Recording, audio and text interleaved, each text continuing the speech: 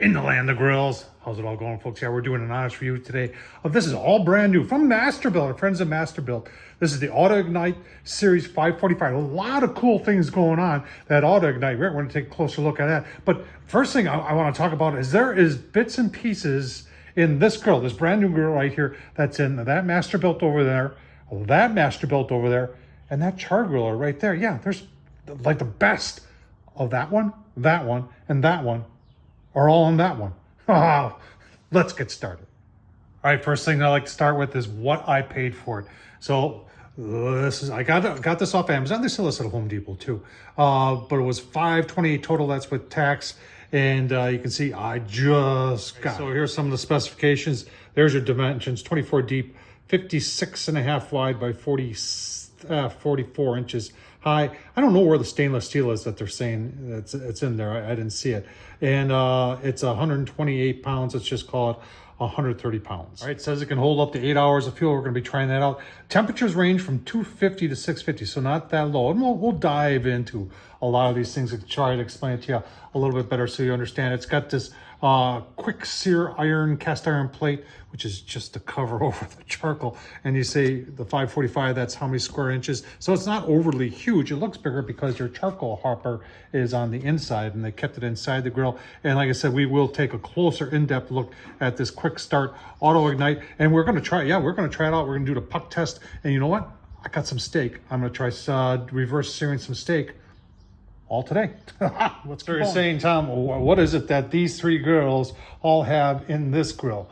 And so on the Masterbuilt portable charcoal grill, it's got the same concept where you have the charcoal hopper and the burn hopper all in the fire pit itself, and that's what we've got here. Same thing, where it's just bigger though.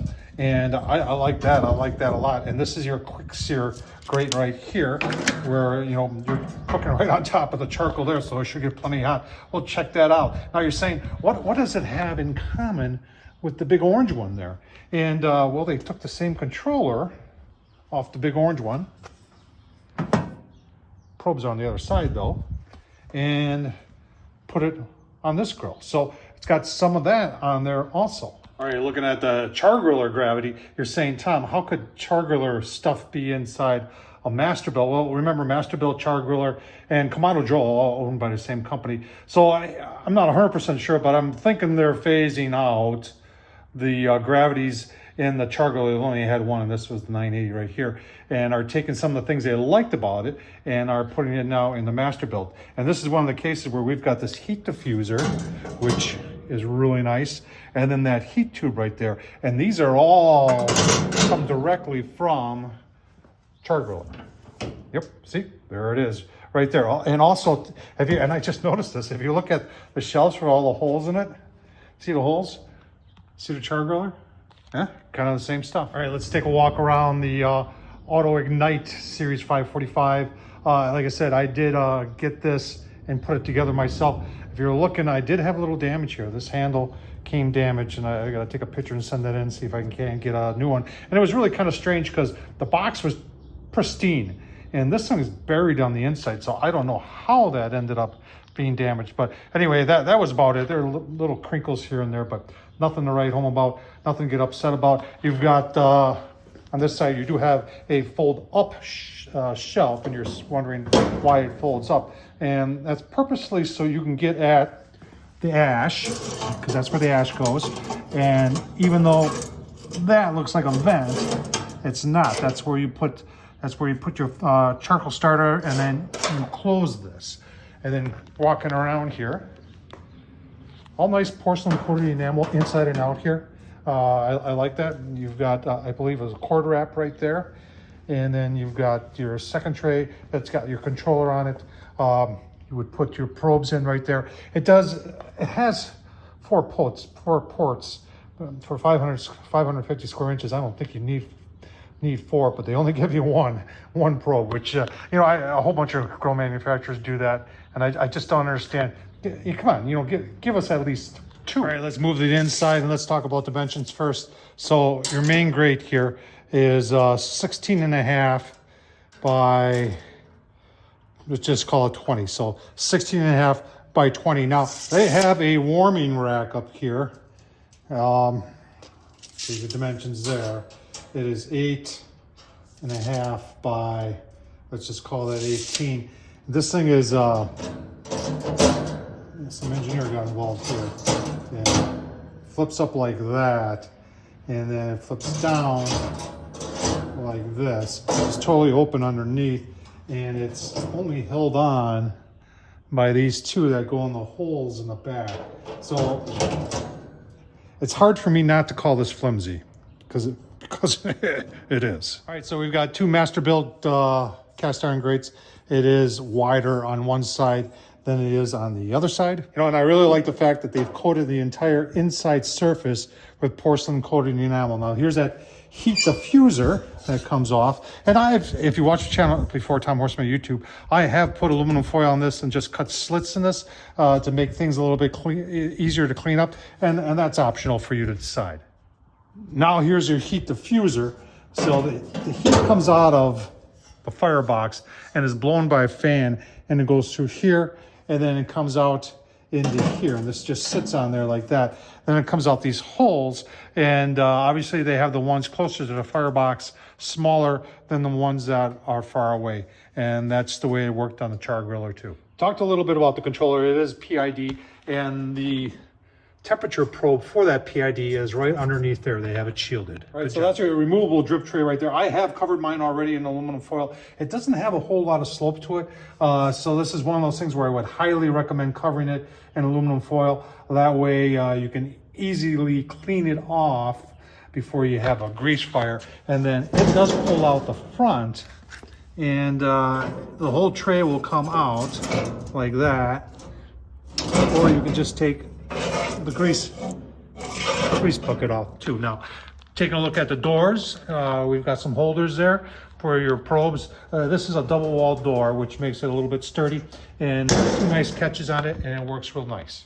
All right, so here's your charcoal hopper, and it's also your burn hopper too. And we've got this cast iron plate that's on top of it, and this is believe it or not removable, and they do have it like insulated there, another piece of metal. And I think they made it removable so that it's easier to remove the whole thing, but also if you wanted to clean this off, because their intentions here is for you to do cooking on it, and then it's got these ports right here that allow the grease to flow, and that's why you've got this angled right here. So if you're cooking up here and it's really greasy, it's going to drip down here and go into your grease tray down there. And we are going to try this off. Right, put a flashlight in there so you can see. So that is your charcoal hopper. And they're saying, what are they saying here? 7 pounds.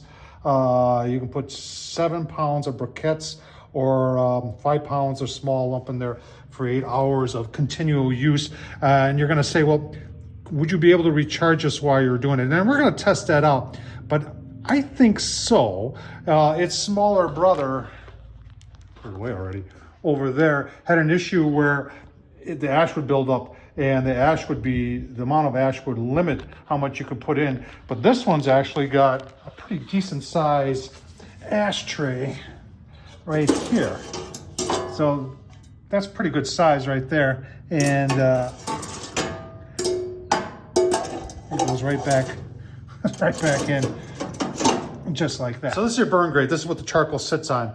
And you know, a lot of debate in the past with some of these gravity type grills as to the spacing of these. And you know, if you make them too close together, it builds up too much ash. If you have them too far apart, it'll let too much of, especially if you're using lump, to go through. And I think this is pretty decent down here. If you're looking at that silver thing right there, and we're going to take a closer look at it in a second here, that's that glow plug that heats up and actually starts your fire starter. You're still using a fire starter, but you're not using a torch to get it going. I tell you what, let's take a closer look at that. All right, so let's take a closer look at the AutoIgnite before we assemble it. That way you get a really good look at it. Here's that hot rod that gets hot. And if you're wondering, that's your fan right there. And then you've got this slider, and I think I'm doing this right. This thing right here, and it goes in like this. And then you put, I've got my Masterbuilt starters, And once this thing goes through its heating cycle, then you put this in, and I think it's meant to touch it. And that's what ignites it and gets it going. All right, now that you've seen that, you're probably wondering how the heat gets in there. And you can see there's the vents, holes right there. And then the fan underneath is what's pushing it up and taking it out through there and through there, and then heating up your firebox. All right, so we got the controller going here, and I did hook up the Wi-Fi. If I can do it, so can you. And I have 5G here, so this is compatible with 5G, and I'm sure it's compatible with 2.4 also. But you can see you've got the probes all there, and it looks like you can power off from the app itself. So when you're hooked up to Wi-Fi, then you'll be able to go places. Say you're doing something lower and slower, and you've got the probe hooked up in the chicken or something like that. You should be able to look at it when you're on the road, and if you wanted to shut it off, say, hey, that's done, you can go ahead and shut off by pressing that. So let's just see if it works. Turn off the device, turn off. Yeah, look at that, worked. Pretty cool. Just fire it up, turned it on, press temp, set it to 250. If you don't do that right away, it just defaults to 450. That's blinking, telling me don't put anything in yet. So, and I just want to show you once it starts getting hot, and we'll begin to see it glow orange, because I've done this once before, and that's what it was glowing. And then we've got our fire start. Now, I had some Masterbuilt ones, so I'm going to use the Masterbuilt ones, but I think any type that are like this would work. So definitely we're going to show you how that stopped blinking, and you can see already, see where it's glowing. All right, now we can put our charcoal in and put that in. All right, so the second I put it in there, it started. So now we close this, put our charcoal in, and we're ready to go. Now I'll put the charcoal in. All right, once that goes off, that'll mean it should be ready to go. And every so often I hear a little puff of air from that fan. All right, just wanted to show you that it is now definitely on. Close that. We've got our pucks set up there. Remember, we're going for 250. Red light's off. That just means the igniter's off. And give you a look. See, we're gonna let this settle in for about 30 minutes. And then we're gonna come back, take a look at the temp there, see if it's 250, we've got to set it 250, and see what the pucks are saying. One of the questions I asked myself when I was putting this together is, where does this thing vent out of?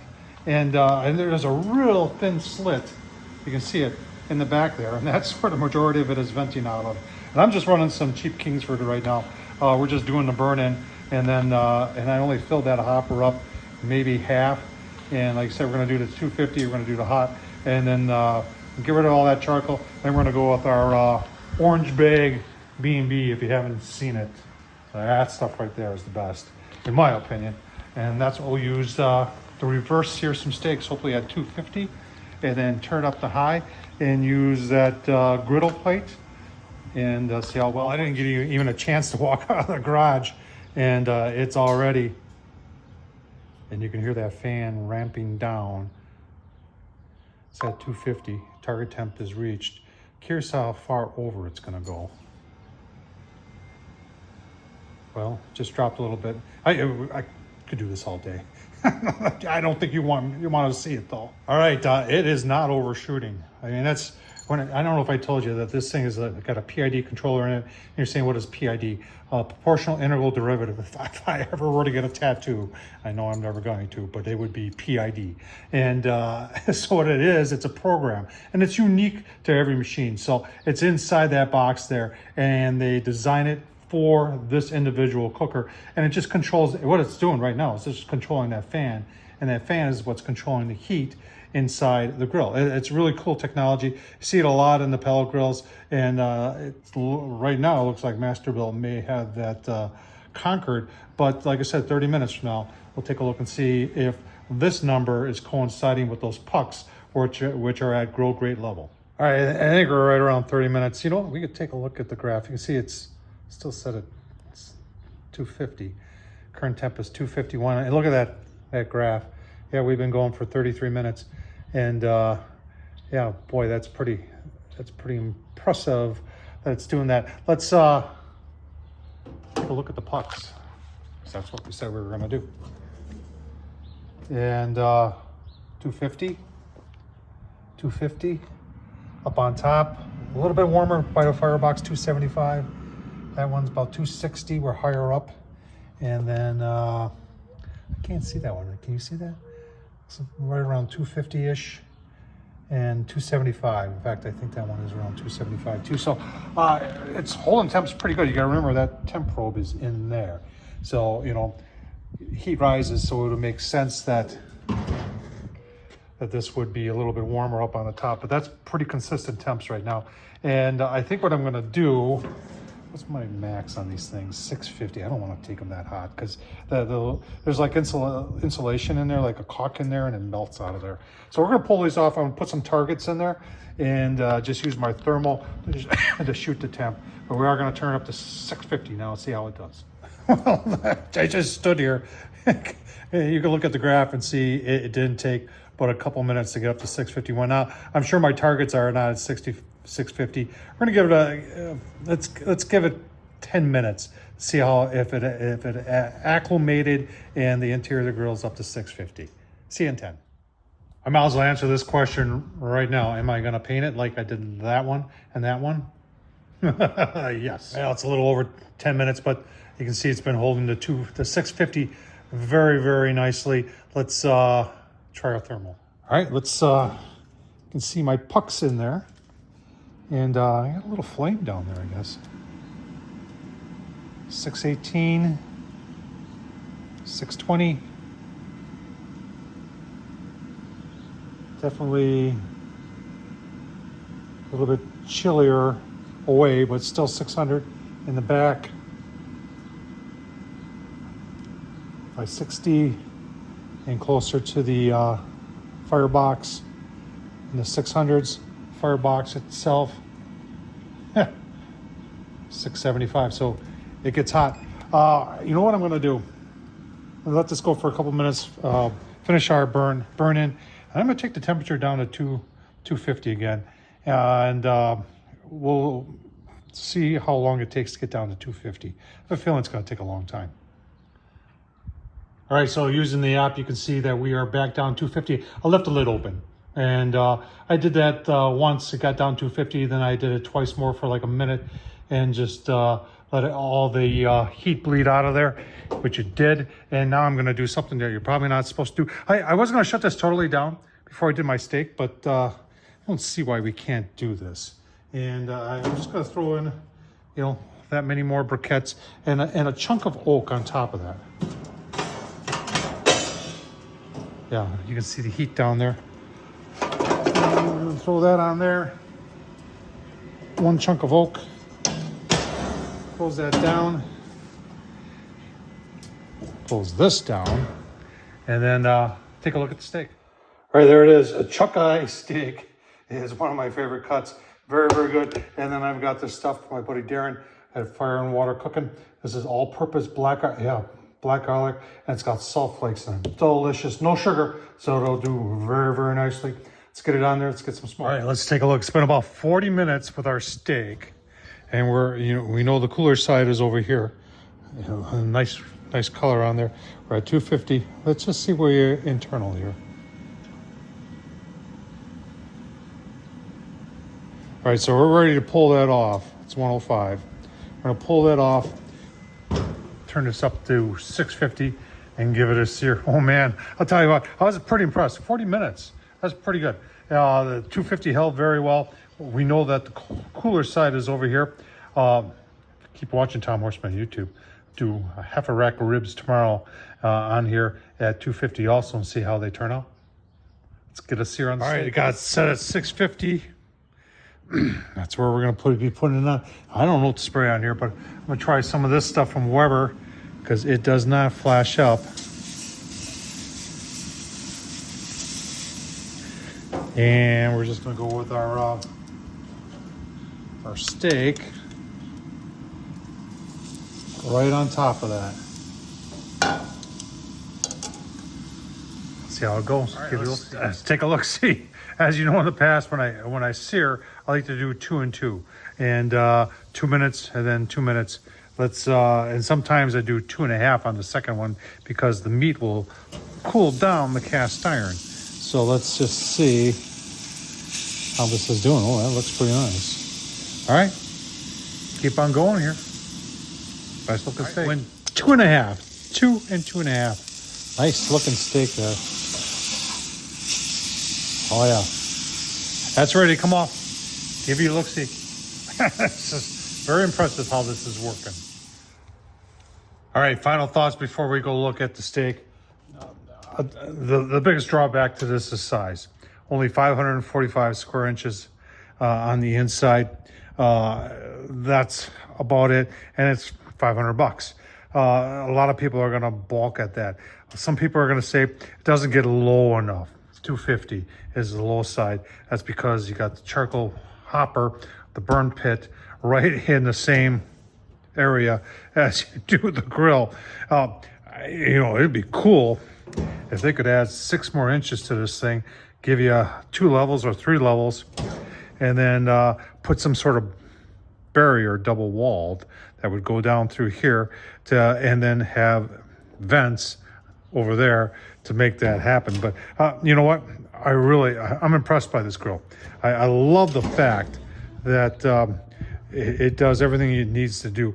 I love the fact that they took the charcoal technology, put it in here. The Masterbuilt, the controller, the PID in this thing is phenomenal. PID and the controller is all about. You can make the best grill in the world, but if you don't put the best controller in it or a good controller in it, it's going to be junk. And I've proven that time and time again. Is it going to eat through a lot of charcoal? Yeah. This is not going to be a charcoal miser. This is going to use every bit of charcoal that's in there right now is going to have to burn up before this grill will cool down. I like the fact, I think it's kind of cool that they took the hopper top and made it into a cast iron griddle. We're going to taste this steak while they're resting right now. Everything else I like. The controller is good. Everything else is good. Folks, I'll tell you what, let's go take a look. Let's go take a look at the steak. Oh man, look at that. I apologize. I didn't think this video would go this long. And those of you who have fast forwarded or have stuck it out, I appreciate you doing that. Look at that. Oh man, we got to take a taste test. See how it, that charcoal was just pouring out of there with that oak that I put in there. We're gonna do a whole bunch more videos with this. The first one's gonna be ribs. Oh man, medium rare all day long. Congrats, Masterbuilt. This thing is a lot of good things going on here. The only downfall is the size. Other than that, great grill. Check them out, masterbuilt.com. Tom Horsman at YouTube. Thumbs up, leave a comment. And as always, time to eat. Thanks for watching.